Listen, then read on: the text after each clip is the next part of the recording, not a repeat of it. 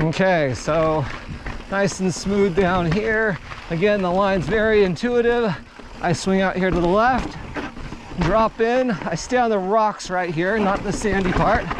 Drop right down here. Again, a little bit of speed's your friend right there, and you pop right down. I think the thing that's maybe the most valuable bit of information if you're going to ride it and you're nervous about it is this last section right here. You really just got to let off the brakes a little bit. Momentum is your friend. That way your front tire doesn't get wheel trapped. You go over the bars. Okay, so this is the waterfall on Barrel. And it can be pretty intimidating, especially when there's 25 other people walking down it and riding down it. As you just saw in the entry, there's not too many real bad spots, other than when there's people walking or riding and you get kind of hung up behind someone. The biggest, I guess the biggest trouble spot is this lower section. You'll see a lot of people come right, only because it's kind of not as steep and it's not as abrupt. And the biggest thing, if we scoot back, is this big wheel trap right here for your tire. The first one's right here on the rider's right is a wheel trap. And then also on the left right here. And you can see from this tire right here on a regular mountain bike, we're dealing with about 5 feet of a pretty steep drop. So I think if you want to ride the waterfall, you've got to take this line. So as you approach rider's left coming down, you'll see some dirt right through this section here. That's the part that I avoid. Where there's dirt, there's not as much traction. I'll come in right through here on this rocky section. I'll drop right off this knuckle right here. Again, speed is your friend, and you stay right on this line here. There's a contact point here, and then again, right here. And if you're racing True Grit and you get down here a day or two early, and this is a feature that you're concerned about, or maybe you've never ridden it before, and this is the year that you want to ride it, this is the section that you're going to want to walk. Again, I think that the best contact point is to come right down here off of this knuckle here. Getting over there gives you a bad angle, in my opinion. Come off right here with enough speed to then, this is your second point of interest, and then your third, and the rest is kind of coming out this. There's a bigger hole right here than there is over there. So really coming down this line will be most valuable. I would also just say that you're probably not going to win the race by riding the waterfall. I don't think there's enough time made up in this section to put you on the podium. You could certainly lose the race here and maybe end up at the dentist office. It is a pretty demanding section of trail, but if you're riding True Grit, this is likely on your list of things to do. The race environment changes this scenery dramatically because there's usually 20 or more people walking and a handful of people riding. I guess best practices is just to let people in front of you know that you're coming through if you are riding, and if you're not riding, really make an effort to hop off the trail as best you can and let those riders make their way through. Let's get to the next obstacle. And let me just say real quick, if you're a pro rider or a highly experienced rider, this video is not really for you. You probably know how to make it through a lot of this stuff. But a lot of us, myself included, struggle on these things. Most of these things that I'm showing you today, I can make it up these climbs every once in a while. But I'm not willing to burn a match on a 4 to 5 hour day out here at True Grit. To me, True Grit's something I just want to do my best on, get a personal record, do my best time on. I'm not really looking to stand on a podium. So if you are and you're watching the video, that's great. You're welcome to stick around. But the rest of us who are just ticking True Grit off of our to-do list, or maybe it's something that we do every year with our friends or family, and these are areas or pinch points that have kind of plagued you in the past, hopefully this video is helping you just kind of get through it. And then also just the idea that it's okay to hop off and walk and keep your heart rate a little lower, save that effort for the rest of the race later in the day.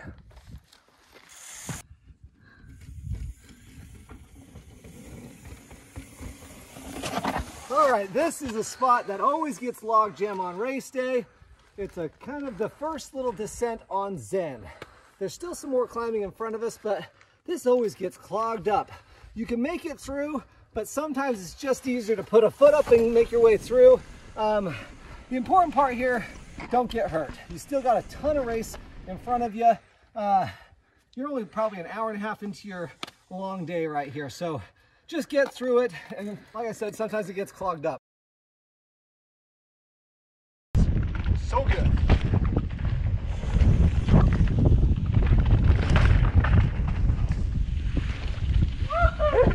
Dude, that is so fun. It never gets old. That's such a slamming compression. Oh, the compression. Yeah, totally. Okay, we're still on Zen. Now's the first like really tricky section of climbing, just right here in front of us. There's an alternate route that kind of follows the cliff line over here to the right. Frankly, I think it's a trick, and I'll show you why. So this is the trail to the right that follows the cliff line. It's a more lower grade climb, and this looks pretty intimidating. But frankly, it's just this one step right here that you got to get up right here, and there is a ton of traction on this rock. You come up here, and come on over here, Kevin, and I'll show them what I'm talking about. This is your next target right here. Again, this is super grippy rock. So that's your line right there. Make it straight up that, and off you go. This part right here, you've already kind of burnt a match at this point, because that's a lot of work to get up. Best case scenario is right up here.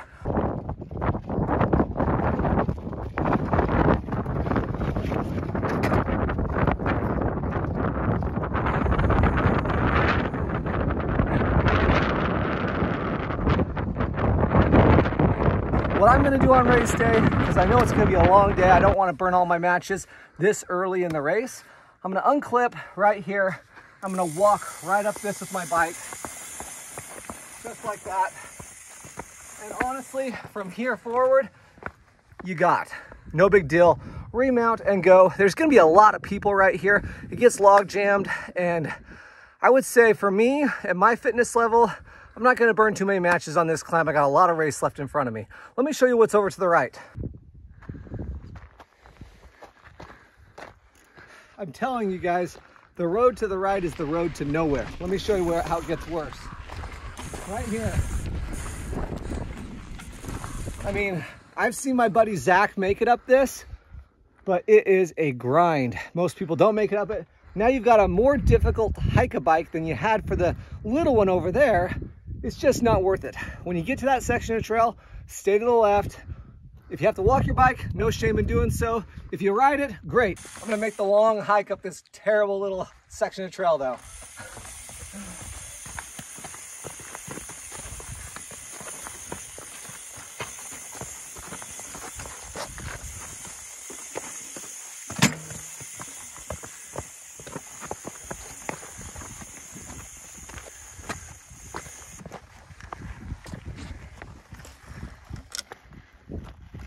All right, this is probably a good time to take a quick break and thank today's video sponsor. It's Labostaire Hip Packs. It's the hip pack that I use and ride with pretty much every single ride.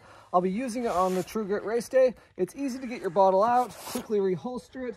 And the nice thing is even when I'm riding, I can just grab a drink real quick and reholster it real quick. I've never lost a bottle, even through the most technical, bumpy, steep terrain. I've never lost a bottle.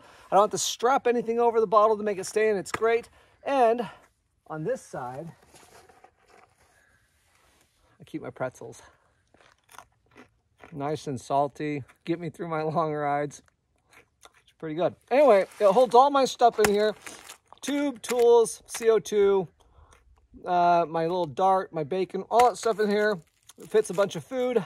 For a minimalist pack, it's hard to beat. Use promo code YUMYUM at checkout for 25% off. Love it.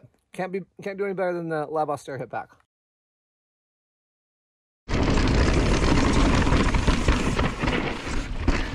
You.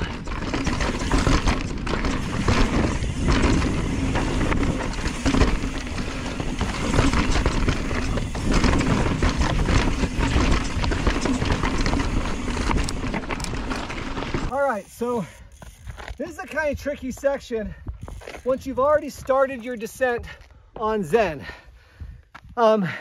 It's tricky in that we're gonna have some shadows in the way here, but so you've already started your descent, you're partially making the descent, and there's one last little climb here before the second part of the second descent of Zen. And you can tell from the tire tracks, most people come to the rider's left here, which is the way I've done it for years. And I've also failed at it for years.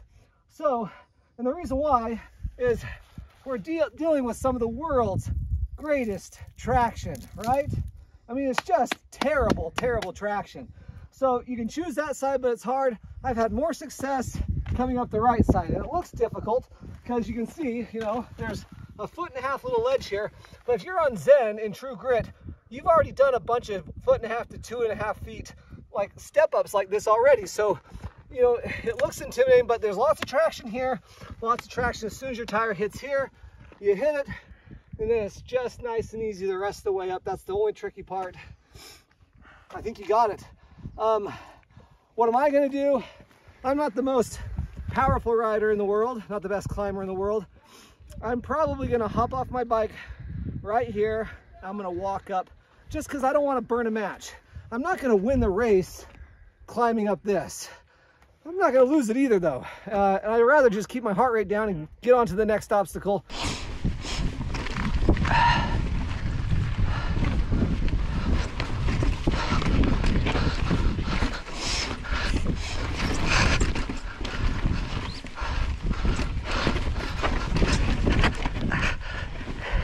Yes!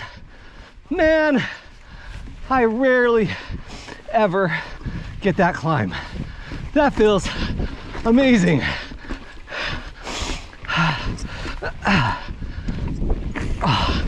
First try. Oh, that feels good. That feels really good to get. Oh, this is the bike to freaking climb and hammer trail. Oh, that's the easiest I've ever had it. Dude, that was awesome. This bike just trenches right up that. So sick. Well, guys, I hope you enjoyed today's video. It's a little different than what I normally do. I normally do the bike reviews, and I've wanted to do a video like this for a while because I've raced True Grit a number of times, and it's a demanding race. There's lots of really difficult kind of pinch points and just hard obstacles out there, and there's a ton of, on race day, there's just so many people out there trying to get through the same sections of trail. And for those of you who have raced True Grit, you know what I'm talking about. And the GoPro and the cameras don't always do it justice, how demanding that terrain is. But hopefully this video is helpful for those of you who are signed up for this year, for 2023, to go race True Grit. It's just, I'm signed up to race it again this year. Last year, I actually finished my best time ever. I finished 3 hours and 58 minutes. I was really proud of that time. I spent a lot of extra time on the trainer last winter and on the spin bike, just really working out. And then the conditions last year were perfect. If you guys raced it last year, you'll know the weather was perfect. I mean, just everything worked out. And so this year, I'm doing it just with a group of friends, just for fun. Gonna go out there. I mean, we're gonna try to stay focused and race it and finish it in like 4 hours and 45 minutes is our goal. But we're just gonna have more fun and just kind of mess around out there. But hopefully this was helpful for you. If you guys have any questions about True Grit or the race course or anything like that, put it in the description down below. There's also that link below to the hip pack. I've used that hip pack at True Grit, I think 2 or 3 times, 3 races now. And it's just so nice to be able to stick everything in the back there, it holds 2 water bottles. It's the perfect pack for like a race situation like that.